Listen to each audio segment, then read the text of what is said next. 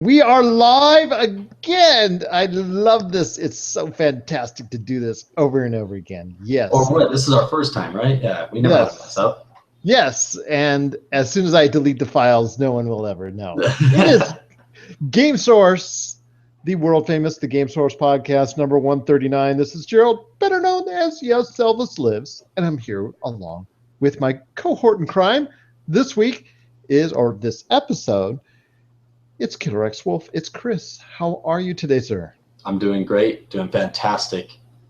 It's And it's a, well, I was gonna say it's as you say, another beautiful day in paradise. another beautiful day in Paradiso. Yes, it is. Here in Vegas, in the command center, the central base, the central hub for us here. If you have any questions, please give us a shout out. info@yourgamesource.com. You can also hit us up on Twitter @GameSource. And then you can also reach us out on our Game Source Facebook page. 2 words, Game and Source.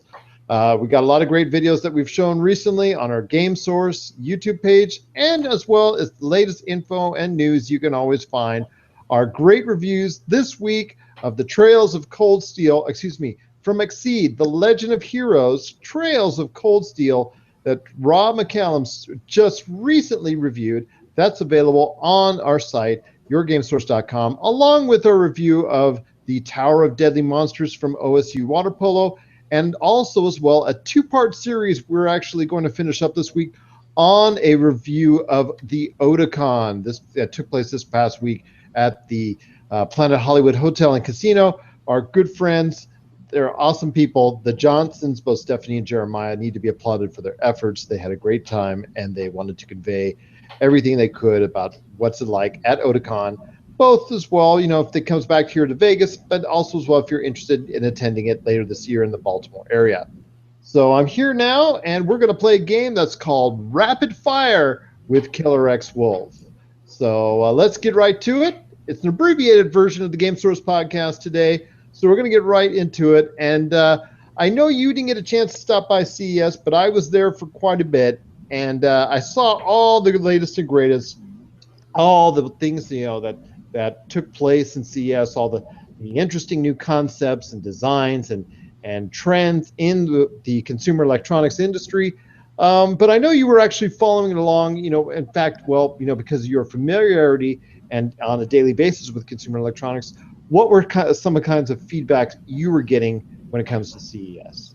Well, not even just from what I read, but from what I saw, the videos, the streams, everything else. But I did see a lot of people interested in probably. I'll talk about who I think basically won CES, but a lot of people talking about the gaming industry in it, as well as a lot of just the newer technology that advances what we do in our daily life.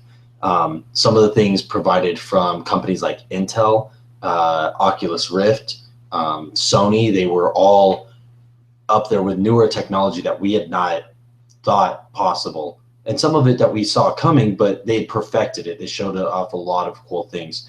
But a lot of people are really excited for this year of electronics, and the future coming years of electronics and how this CES was presented.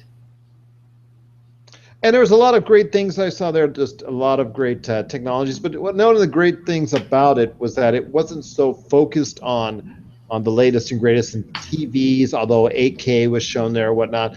Yeah. Usually they have a tendency to fall with a love as a whole with one medium. I know a couple years ago, Android gaming was just all the rage. Everybody had their Android gaming consoles, and there were a lot of smartwatches and things of that nature there. Everything seemed to be have an affinity for running off of a smartphone because everybody had an app you could download to run their products.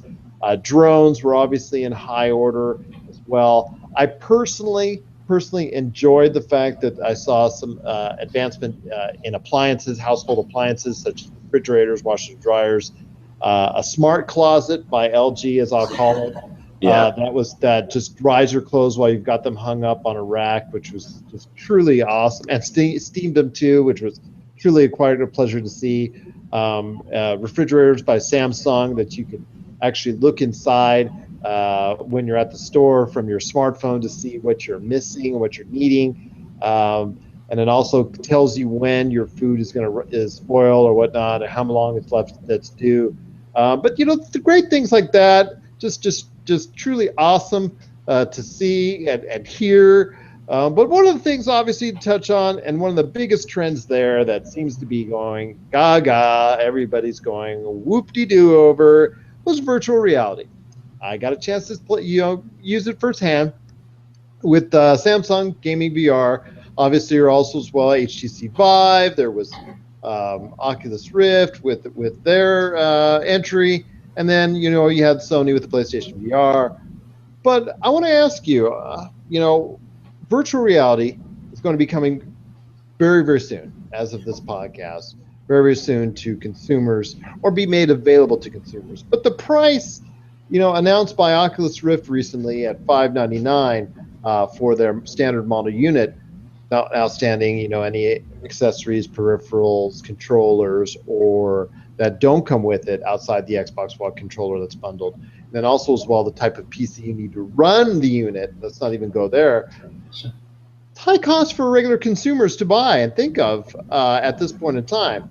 I know as far as it is concerned, the technology is there, but is it feasible for the consumers at large right now to go ahead and invest in virtual reality? Or should they wait until, as everything consumer electronics does, the price falls down in a matter of time? Well, just like in anything electronic, all the electronics industry has its own ecosystem, and there's a percentage that's been calculated that you have innovators and you have early adopters, and these are the people. Granted, only a mere less than 15% of consumers out there, of people out there at least, are going to be into that buying group. They want to be the first ones to try it. They want to be the first ones to actually believe in this type of stuff. And those guys, price isn't the option. They will wait out a week just to make sure that they get one from a GameStop or a Best Buy or wherever they're selling these from, or just waiting on their computer, clicking refresh to buy one. Your early adopters and your innovators, those are the ones that are going to be true hardcore gamers as well. They're the ones that want to test every little bit that has been promised. They want to see what it has to offer, and they want to be the first to say, yes, I was the first to try this, regardless of the price. They had the same exact feel 15 some odd years ago when flat panel TVs came out. As soon as high definition came out, plasma TVs were 10 grand, but people still bought them. And those are the first 15%. But yeah, like I said, I think it's just going to be a small number of individuals that are going to be able to latch onto this, because to me right now, it's not a necessity that people have to get into virtual reality. Still has a lot of barriers that needs to break through, and stigmas attached to it as far as it's concerned. With people just still freaked out, am I going to get nauseous, and really am I going to get headaches and things of that nature, or is it really worthwhile? I mean, I PlayStation VR has been really very good as far as representing itself, and obviously Oculus Rift, everybody seems to be very interested in. My time with the Samsung Gear VR was, it was okay. It was just showing me, as far as it's concerned, what the peripheral can do, but it did not leave me wanting a substantial amount more as of this time. And then the price is concerned, I think like we take the lesson from the Xbox One. If the price is set too high, people are just not going to go for it in large numbers. And like you said, there will be early adopters, but I think there's still a lot of room left for adjustments from Sony, which I know will probably come out in the 400s as what's rumored. HTC Vive, Samsung with their Gear VRs and whatnot, as far as the actual full base unit, and not the one that's being just marketed for smartphones. It's just, I'm hoping for an advancements in technology that's all well and good, and VR is something that's been toggled with before in the past. I'm just hopeful that it will become at a better price, so that all consumers will be able to enjoy it, and not just the happy few. And I see what you mean. I don't think that 15% of people out there are going to go buy it. It's 15% of the people that have the capability to buy it will buy it, though. And if there's a if there's a competition out, as Xbox One had with PlayStation 4 7 days later, that's when you know, or 7 days, yeah, earlier, sorry. They had that competition, so that's why there was a price difference for only 7 days. Then people wanted to save that money. But if, let's say, Oculus, for example, comes out first by a long margin, a year or even more, that they can price it at what price point they want, these, early 15% again are going to be buying it no matter what the cost is, because they know that these other companies are not going to have one. Now, if they all come out at the same time, that's when price comes into effect. Now, eventually, though, I believe those 15% will still buy one, just depending on which one they want. If they want to go with the $500 Oculus, the $400 PlayStation VR, the whatever price Vive, they will go to whatever suits their needs, suits their budget, and suits their wants all at once. Good point. Definitely some good points indeed. So we'll be looking forward to that, because 2016 now, it's no longer just on the horizon as far as virtual reality is concerned. It's no longer just relegated to trade shows. This holiday season, in fact, early in the 2016 period, and definitely midway and later as we evolve into 2016, we will definitely be seeing virtual reality trying to gain a foothold within the consumer base. And definitely making its pitch. You'll be seeing the commercials. You'll be seeing the wonders and splendor of virtual reality in the not too distant future. And I, for one, am looking forward to it. I'm just hopeful that it become more at a reasonable price that a lot of people will be more interested in getting into. Yeah, that's true. And speaking of gaming, because gaming will be at least in the early interim, the one of the main key things that people will be drawn into as far as experiencing when it comes to virtual reality. There's a lot of great gaming that was done last year in 2015 with our Game of the Year. We just talked about that as far as in our last podcast a little bit, but wanted to go ahead and congratulate Super Mario Maker. Not only the People's Choice. I see you giving your sarcastic clap, but it's not only the Game Source staff choice, but also the People's Choice as far as our popular vote based off our best video games of 2015 Facebook page.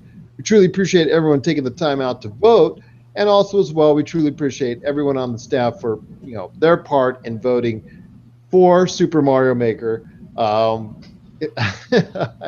know your thoughts on it aren't as great as some others, but hey, it was the majority choice. It won.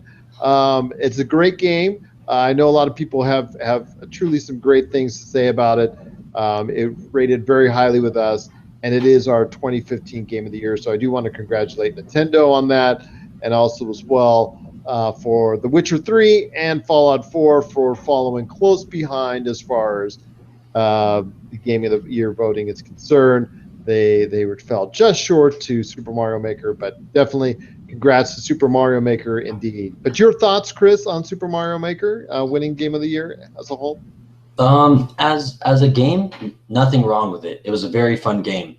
However, because my personal choice, I thought The Witcher 3 was probably my favorite game of the year. Absolutely, mine too, or Rocket League. Those were Rocket League, really good. Yeah. Now, one that I've actually fallen in love with after the year ended, and it was sad that it came out so late though, was Rainbow Six Siege. As simple as the game is, as an esport or as a competitive game, it is one of the best games I've played. Granted some bugs, granted some other stuff, but as they perfected and as they patched it, this concept of a game has been amazing. However, going back to Mario Maker, it's still a great game. It still has a lot of fun aspect to it. You get your nostalgic Mario effect, but you also get to create what you want. And a lot of people have always thought that, like, what if this was just a little bit over here? This one was a little bit over there. Make it how you want. And now that's not even a question. What if is actually there for Mario. The one thing that I found a little weird with it winning Game of the Year, not even just from us, but on a lot of different awards, was that it's a game, but it's a game in the sense of if we made the Unreal Engine a video game. You create your own stuff. None of it was was its own full-fledged game. So it felt like, if Unreal Engine had become its own game, or if Project Spark became its own game and won Game of the Year, it felt very like open to it. But with that, they also did keep to its own original feel, Mario, and with all these other ones, you can kind of go more open to whatever. Project Spark, you can make any type of game anywhere you want, anyhow you want. And Unreal Engine is legitimately an engine, a game creator. So it makes sense as to why Mario would win a Game of the Year award, because Mario's a game. Yes, indeed it is. It's a very excellent game, and I know a lot of people just enjoyed it here, not only in our staff, but also the people as well. That's why it became the Game of the Year. And again, our congratulations for winning the Game Source Game of the Year award. But I know you were mentioning as well Rainbow Six Siege. It fared pretty well when it comes to the overall sales for December. The NPD recently actually released its sales for not only December, but the entire year of 2015. For December 2015, Call of Duty Black Ops 3 led the way as, to no one's surprise, Star Wars Battlefront, Fallout 4, Madden NFL 16, NBA 2K16, Grand Theft Auto 5, Rainbow Six Siege, Minecraft the Story Mode, and FIFA 16 rounded out the top 10. I was kind of surprised Just Cause 3 was not in there. I do know for a fact that it was a little bit more popular in the UK area, as it was on the UK charts for a little bit longer, obviously, than within here North America. But both Rainbow Six Siege and Just Cause 3 both rated highly for us in the month of December. But obviously, you see there's a bit of a status quo when it comes to sales and where consumer trends are going. With that said, for the entire year for 2015, the NPD just released also its information for the entire year, and the best-selling game of the year was, to no surprise, Black Ops 3, Call of Duty. Black Ops 3, of course. Then Madden NFL 16, Fallout 4, Star Wars Battlefront, Grand Theft Auto 5, NBA 2K16, Minecraft, Mortal Kombat X, FIFA 16, and, well, what do you know? The previous year's entry, Call of Duty Advanced Warfare, picked out the rest of the top 10. I was kind of surprised that Witcher 3 wasn't there, because they were always tooting their horn about how well their sales were, because I know they went over, I believe, 7 million in sales, if I'm not mistaken. But that tells me that a lot of these games exceeded 7, 8, 9, 10 million in sales. But I was kind of surprised Battlefront did not, even with all the Star Wars hype, did not actually garner the top notch on either December or the full year sales. Your thoughts on the sales as a whole? And PlayStation 4 won again for the year, one for December. Top console again. I believe it won 10 out of the 12 months of the year, so 36 million and strong and going. Your comments so far on the sales for December and also the rest of the year? Well, I'm pretty surprised that Call of Duty won 2 of the top 10. I mean, that's amazing that they can keep selling that well. And I'm sure that Advanced Warfare probably sold most of the beginning of the year, from January till September, before the Black Ops 3 game came out. Yeah. The one thing is, I think with Battlefront, I noticed a lot more trends of people buying new consoles that came with Battlefront for free. That may have also affected its sales, since it may not actually, with the NPD, yeah, and I agree with you, because with the NPD, they never consider bundle sales. So those Fallout 4 bundles, those Call of Duty Black Ops bundles, Black Ops 3 bundles, and then also, more importantly, the Star Wars Battlefront bundles, which I believe was the biggest push for them, also was well outside the Uncharted Trilogy bundles. So we have no idea exactly how well Uncharted Trilogy sold, because I know that was, especially on Black Friday, was the biggest seller of any of the console bundles, period, across any platform. So be that as it may, it's really anyone's guess to how well it sold, and some of those top titles sold. But be that as it may, at least on the top end of the industry, it seems to be somewhat healthy. I know the 3DS, Vita, Wii U sales were not as robust as what they wanted to be as far as it's concerned. I know that there's an issue as far as handheld sales as a whole declining sharply. But as a whole, I think in 2015 with the new consoles that are newer consoles that are available, I see, some continued growth there. And with VR, possibly for the PlayStation end of it, maybe actually adding a little bit onto that. But your thoughts, again, just to finish up on the MPD and sales as a whole for 2015. You said you were surprised about Advanced Warfare. What else stuck out to you? I mean, for the most part, it seemed pretty accurate. Usually, at least in the past 10 some odd years, when Call of Duty has been thriving as a online game, as a game in general, but Call of Duty made no surprise to me of being the first most old game of the year. Sports games always sell well because they cater to almost anybody, hardcore gamers, casual gamers, even the people that only play one game a year. Most of the time it's a sports game, Madden, FIFA, NBA. Great games, by the way.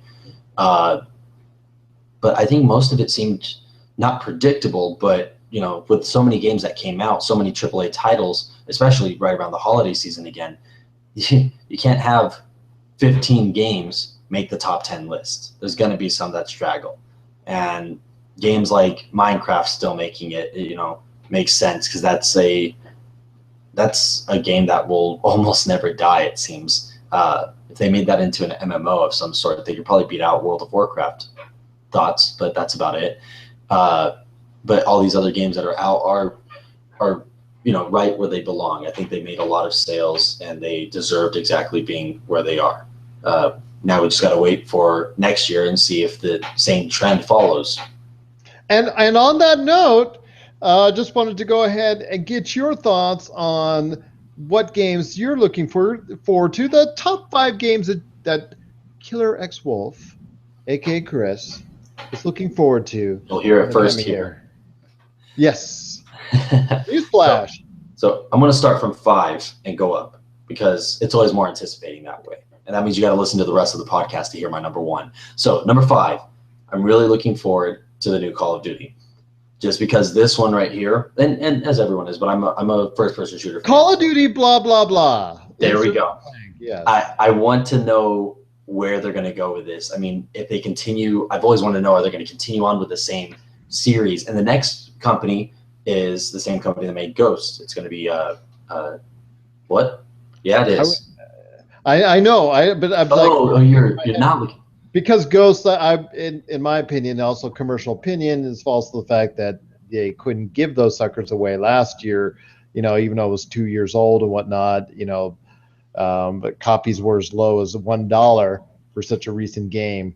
My opinion, I guess consumer opinion and consumer backlash and gaming backlash said you need to rethink the Ghost series. But go ahead. I like the story. I thought it was a good plot twist to it. I thought it was a pretty well-written storyline.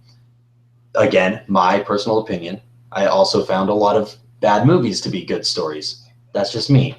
So I personally really like that, and I want to see if they continue with Ghost or if they're going to go to a different series. I mean, Black Ops has continued for 3. Modern Warfare to Advanced Warfare has been different. They could continue with this Ghost series, or they could start over fresh again. Who knows what they're going to do? That's why I'm really excited for this year. It's their chance to redeem or to mess up and, Activision say, all right, we're done with this studio. No, they wouldn't do that. Maybe. We'll find out. Number 4. Don't ever underestimate Activision. Yeah, and as a matter of fact, I mean, they just bought out King. So, I mean, buying out Candy Crush is one of the biggest things that they've ever done, I'm guessing. And that's not the only acquisition they made, but we'll talk about that in a sec. Yeah. Number four, Ghost Recon. Huge Ghost Recon fan. Going to go with that because that's going to be one of the biggest open world games there. Number 3, I wish I wrote these down. I'm trying to remember them. Well, I'll tell you what. While you're still looking that up, let me pull it up again. Let me just shout out my top Right. five. As far as that's concerned, obviously for me as a huge Uncharted fan, number one's got to be for me the new Uncharted 4. Please don't kill Drake. Thieves End. Please don't let it end. Please keep Drake alive. I know that's from all the inferences and all the signs and all the hints Naughty Dog is saying that it will be the end for Nathan Drake. Please do not let it be so. Number two, Mass Effect Andromeda. If it comes out and does not get delayed, please, crossing the fingers again. The Mass Effect series, as you can see behind me, is something that is also near and dear to my heart. And I'm hopeful that it will continue the great trend of awesome games in the Mass Effect series, Mass Effect 3 ending notwithstanding. Number three, No Man's Sky. No Man's Sky has been something that has endeared to me for a while now. Every time I see it, I'm just hopeful that I get into it. I will be able to explore the vastness of space to my desire, and that there will be things in the space, both in space and on the planets I discover, or also find or land on, what have you, that will be truly interesting and also detailed and also wonderful experiences for me to explore. And then also space battles, hopefully to experience up above when I'm in space and all that good stuff. Number four, I'm hoping for a Left 4 Dead. That would be awesome. There's hints on it. There's also as well a lot of inferences that Left 4 Dead is going to be the way that they're moving to instead of Half-Life 3 by Valve. So I'm hopeful for that. But on the realistic front, I want to go with number four. Let's go with The Division. The Division is obviously something that's coming out in a short period of time. The beta is coming out real soon. I will get my hands on some game time then and seeing exactly where this action MMO is going to take place and going to be, as far as in recreating Manhattan one by one and showing up as far as it's concerned. Just the scale and not only just that, just seeing how this game will develop over time, and just want to get my hands on that. And last but not least, Cuphead, which is going to be an Xbox One exclusive, maybe PC. I'm not quite. I forgot really in my notes, but I know Xbox One exclusive. Looking forward to that. In case Inside and Below, just basically those almost arcade indie Xbox Ones that are coming out, Inside, Below, and Cuphead are all the ones that I'm looking forward to. So it's kind of like a tie with Honor by Ubisoft, and also as well the Sea of Thieves. Games I'm also interested in playing as well. For you, how you finish your list? What you got? Yeah, I did. By the way, it's For Honor, not With Honor. For Honor. So, right. Yeah, all good though. So number three, you actually touched on two of them. Number three that I wanted was that I'm going to get, that I am very anticipated for, is No Man's Sky. That was my go-to game when that was announced about 2 years ago. When I heard like what they can do, I was more excited about seeing where this game is going to go. Everyone's like, when's it coming out? When's it coming out? I was like, what else are you guys going to do? That was my first thought. Didn't care how long it would take, because I know some of these games have been taking too long. But for that type of game, for that type of immensity, that's going to be a game to look for. The second game, 5, 4, 3, 2, correct, is actually Mirror's Edge. Mirror's Edge Catalyst. That's right. So the opening cinematic to that when they announced it looked amazing. The whole Mirror's Edge storyline and everything is just so compelling to me. That's really, really big. I guess before I go to number one, number six that I had as well that was also very beautifully looked and beautifully designed was Quantum Break. That I really want to see how that goes, as long as that comes out as promised as well. But the number one game. I wonder what it could be. I think I know. I'm going to call it Game of the Year, and I'm going to say it's Gears of War 4. What a shock. What a surprise. Knowing as I know you. Yeah. Yes. No. Okay. So Gears of War, unfortunately, as I find it very blasphemous, has never won Game of the Year. It's one shooter of the year, it's one multiplayer of the year from different companies and stuff. Amazing, but never won a true Game of the Year award, unless from IGN or something like that. It's one from yourgamesource.com, if I'm not too mistaken. You guys voted it. Gears of War 3, right? That is correct. Yep. We voted it here as a yourgamesource.com Game of the Year. So it has truly won a prestigious award. It's won one prestigious award, but the whole series has not, unfortunately. This one... Judgment and you and I will go to the death fighting. I will. This one, I'm really hoping it's kicked off with the Unreal 4 engine. It should be just absolutely phenomenal.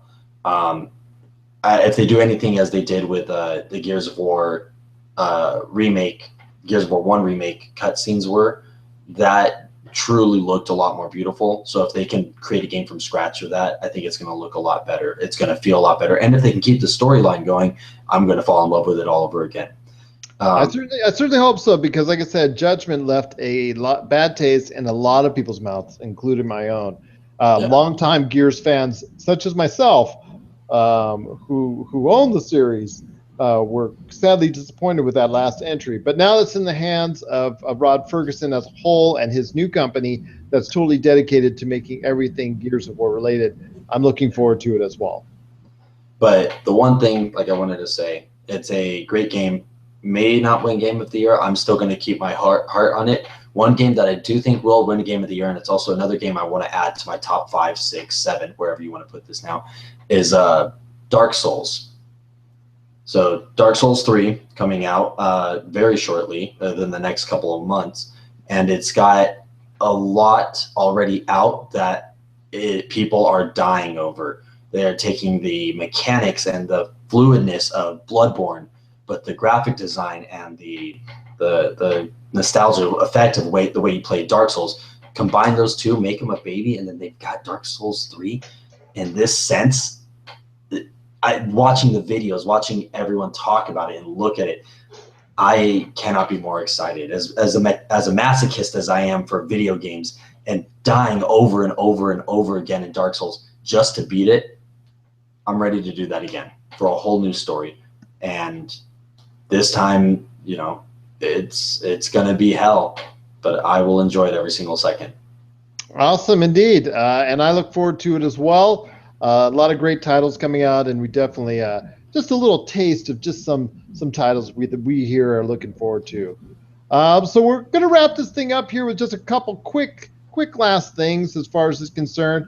Rapid fire for real this time. Rapid fire for real with Killer X Wolf. NX has come out with some, leaked-ish things, as far as prototypes, as far as the patents, things of that nature, as far as the controller, about the base unit, a little bit of this hearsay, a little bit of that rumor. Your thoughts on what you've heard about the NX so far, real quick. I'm hoping that it'll actually, the 900p issue will be eradicated, and that by the time they introduce it as a whole, 1080 or 4K will be a reasonable future for them. And then also as well, the integration and with smartphone apps and smartphone gaming, I'm enthused about, and I'm hopeful that they'll be able to incorporate that seamlessly into a better online experience. But go ahead.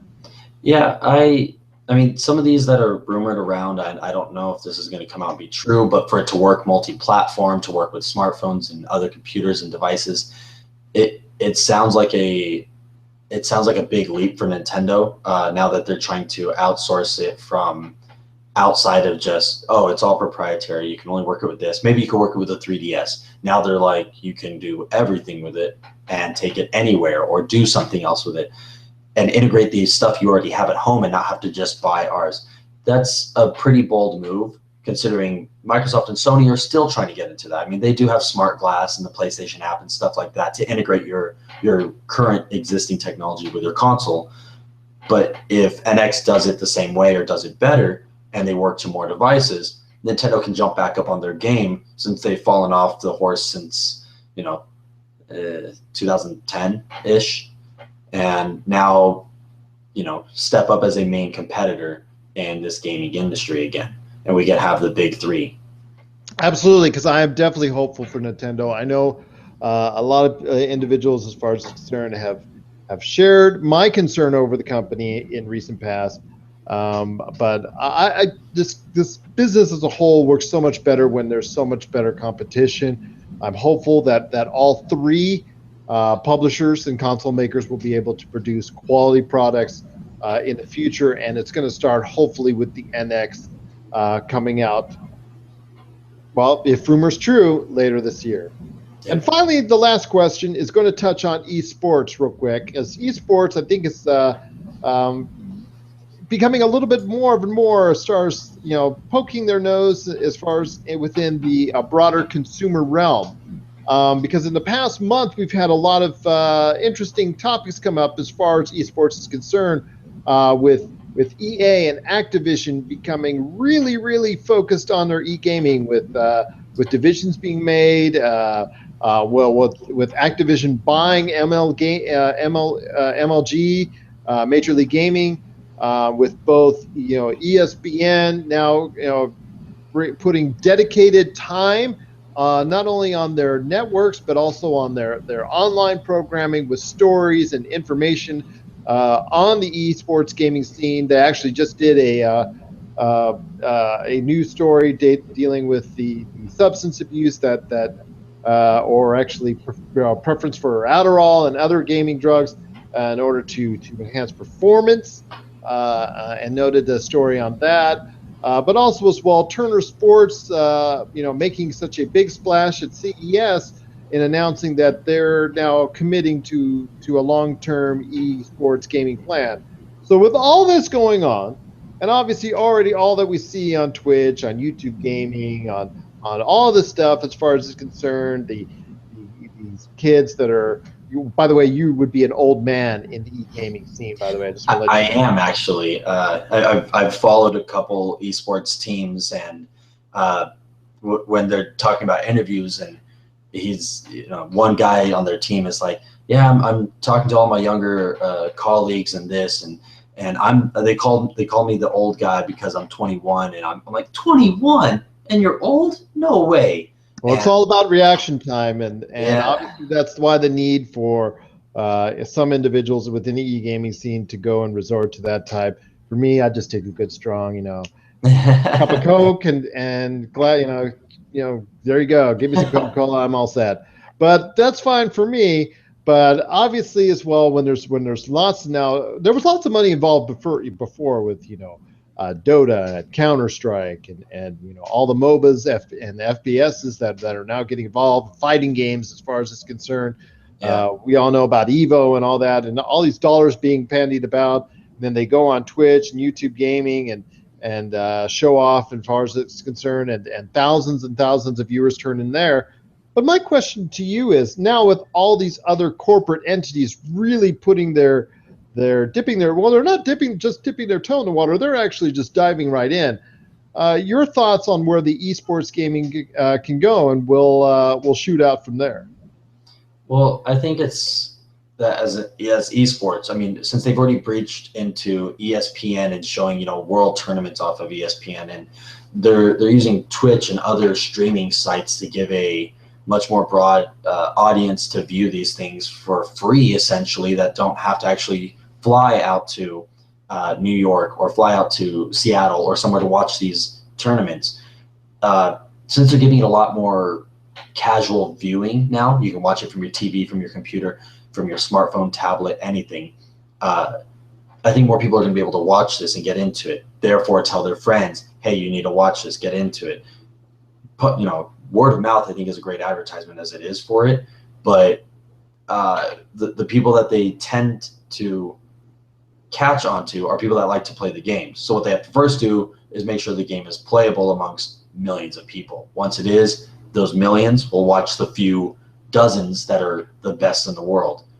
At that point, it's eventually going to become a much more mainstream thing. And the rumors of creating an ESPN esports channel was, a laughing joke, but I think it's a good idea that people have been talking about and saying, hey, if there's one of these, put it on a cable network, put it on this or whatever. and have it just live stream something always going on, because there's always tournaments going on. You turn on Twitch at any time of the day and there's a tournament somewhere for some game, a card game, a board game, a shooter, a racer, a fighting, no matter what it is. It's someplace in the world. There's someone trying to stream on Twitch. Why not give it to a broadcasting network that can stream it to more TVs?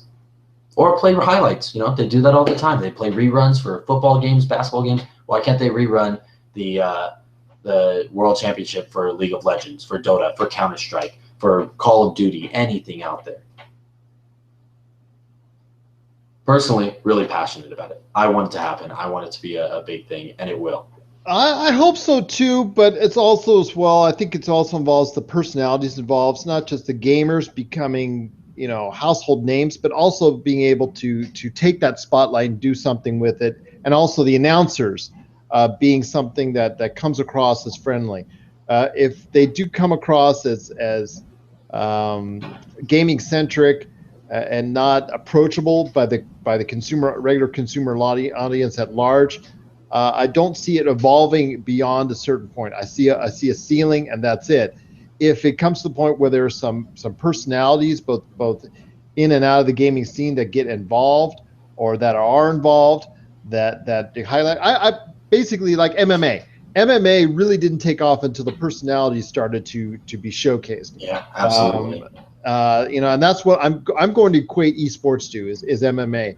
If you can find those individuals that are knowledgeable about e-gaming, that have the personality that audiences would be attracted to, that can also relate your product to a broader audience, because as we know from sales, you're not going to be a hit unless you reach a larger general consumer audience. So for esports, you're never going to get over with a better, larger public unless you're going to be able to get over with a larger consumer audience. And you need to have individuals that are going to be able to bridge that gap. And with, I understand that there's Colin Cowherds out there that are just always going to think that, you know, that we're all in our mom's basement, and as far as e-gaming concerned, and will have no concept, nor do they care to, as far as the gaming scene. And that's okay. You know, the Jimmy Kimmels of the world and who all these insensitive individuals, you know, for lack of a better term, but I won't say what I would like to say. Good catch. Yes, that you know, really don't want to open their minds up about the gaming scene.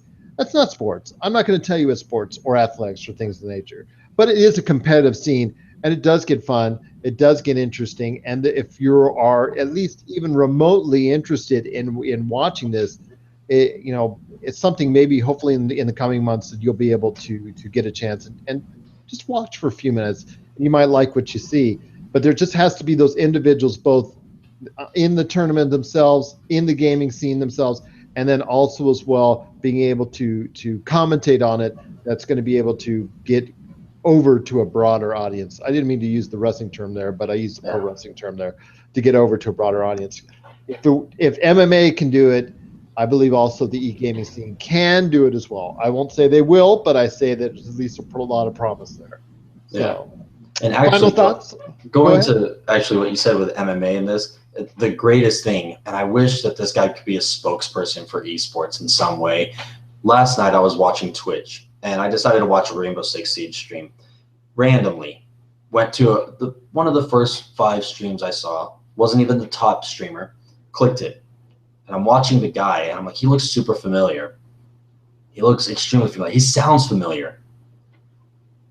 It was Quentin Jackson, Quentin Rampage Jackson, an MMA fighter, a world champion, multiple world champion, heavyweight champion, I should say, UFC light heavyweight champion, I should say. That's what he is.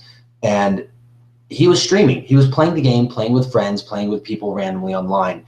But he was passionate about this. He was like, I game a lot. I do a lot of work. I do a lot of stuff. But gaming is something he goes to as a default, like, you know, calming thing.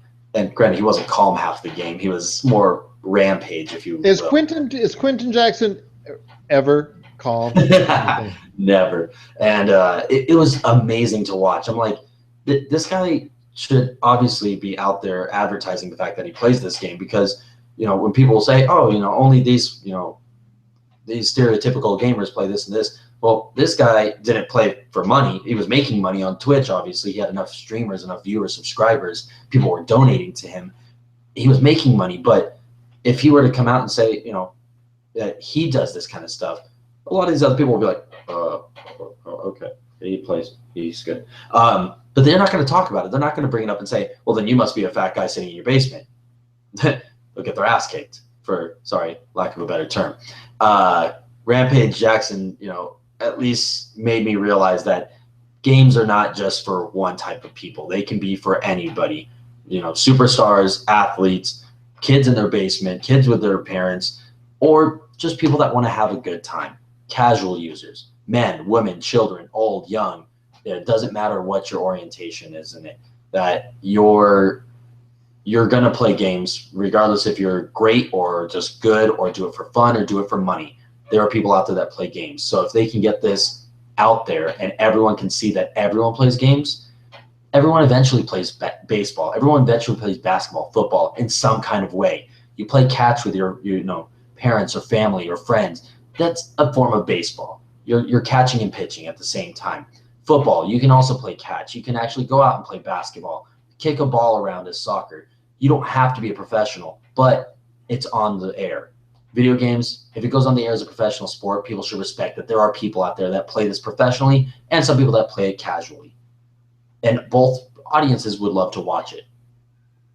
Absolutely, and I couldn't agree with you more. And on that note, it's been a great evening in paradise. I've been here with the man, the myth, the legend, Killer X Wolf, a.k.a. Chris, right here. Once again, we're YourGameSource.com, the leading aggregate site for everything video game and also as well pop culture news and information. We appreciate you joining us. If you have any questions, please give us a shout out. Emailing info@YourGameSource.com. If you want to help us review games, we get a ton of requests as far as for review codes and games and whatnot. Just give us a shout out, info@YourGameSource.com. Send us a tweet @GameSource if you have any questions as well. GameSource on Facebook, GameSource on YouTube, Game_Source on Twitch, and you can always find our podcast archived on YourGameSource.com. So and don't forget to follow, subscribe, everything else, and then of course, if you want to see me, you can always come back and see me. I'll be here. That's true. Or on the Killer X Wolf programming as well on Twitch and also as well Twitter as well. And I have all that linked on my page, or you can follow me on Facebook or Twitter. It's just Killer X Wolf as it sounds. There you go. X Wolf. What a killer, indeed. So for Chris, a.k.a. Killer X Wolf, I'm Gerald, a.k.a. Yes, Elvis Lives. It's been another great evening in Paradiso. We hope everyone, want to wish everyone a great gaming 2016. We thank everyone for listening. We thank everybody for watching. And we hope you have yourselves a great day.